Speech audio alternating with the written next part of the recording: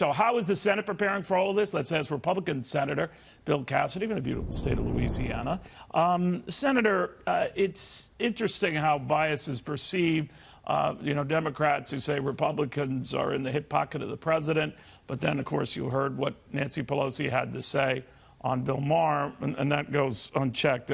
Allowing for that, though, how do you guys go the extra mile to prove this is how you do it without looking like you're going to do the president's bidding? Yeah, so you look at the basic argument. Did the president withhold funds beyond a mandatory date of release to the Ukrainians? Now, of course, right now we know that he had to release it by the end of September. He released those funds by September the 12th. Now, there's going to be a lot of, I call it monkey dust. People throwing dust around, trying to distract from what is the crux of the issue. If we look at the crux and remain focused on that crux, then we'll establish whether or not the president did something illegal or not.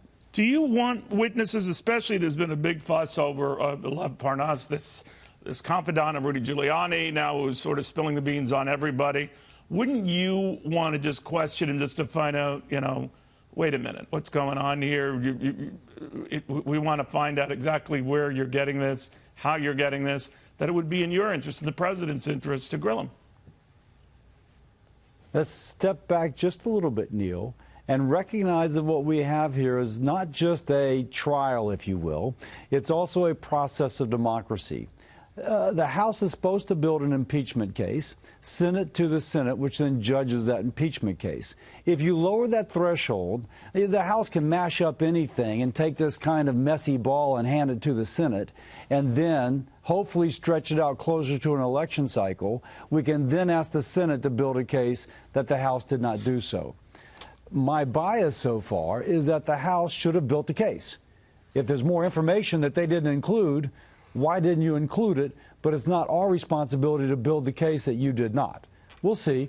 We'll have a vote on witnesses, and at that point the question will arise. But that's how I initially approach this. We shouldn't lower the threshold the House is required to achieve in order to impeach a president. I think that's what they're asking us to do. But what if there are new developments, Senator, and whether you like it or not, you have to address them? This government accountability report that says the president acted illegally, violated the law when he was freezing military aid ever so briefly, but did do so, that the GAO said a faithful execution of the law does not permit the president to substitute his own policy priorities for those of Congress that it has enacted into law, or separately to weigh in on the Ukraine now launching an investigation as to whether our former ambassador there was indeed surveilled, or again, as I said at the outset, the part of his comments, that there's enough new going on that even if you don't get witnesses, at the very least, it could extend what I know Mitch McConnell seems to have intimated would be a quick impeachment trial. What do you think? So again, I'm a doctor, so I just kind of focus on that critical thought, and that critical thought is were funds released by the time that they're supposed to be released. What the GAO says actually is only an interpretation of events. It is, if you will, not a new development. Now, there may be new things. We'll have a vote upon witnesses, but I'll go back to what I also said earlier. We can't lower the threshold. If we lower the threshold of how this is going to work, whenever we have a president of one party and a House of Representatives of the other, we'll go from impeachment being something that happens 3 times in our nation's history to something that happens whenever there's a president of one party and a speaker of the other. We have to keep this threshold high. The House should build a case. Frankly, they had time to do it. They just chose not to exercise that time. Are you saying that if some of your colleagues want witnesses, that's a big mistake? No, I'm not saying that. We'll have a vote on that. Okay. And I think it'll become apparent as to what's going on by then. So if it rules that all you need are 50, I'm sorry, sir. If all it takes is 51 senators to approve witnesses, and we go that route. I talked to Senator Van Hollen of Maryland on this issue, who said that, be careful what you wish for kind of thing. This is what the senator had to say.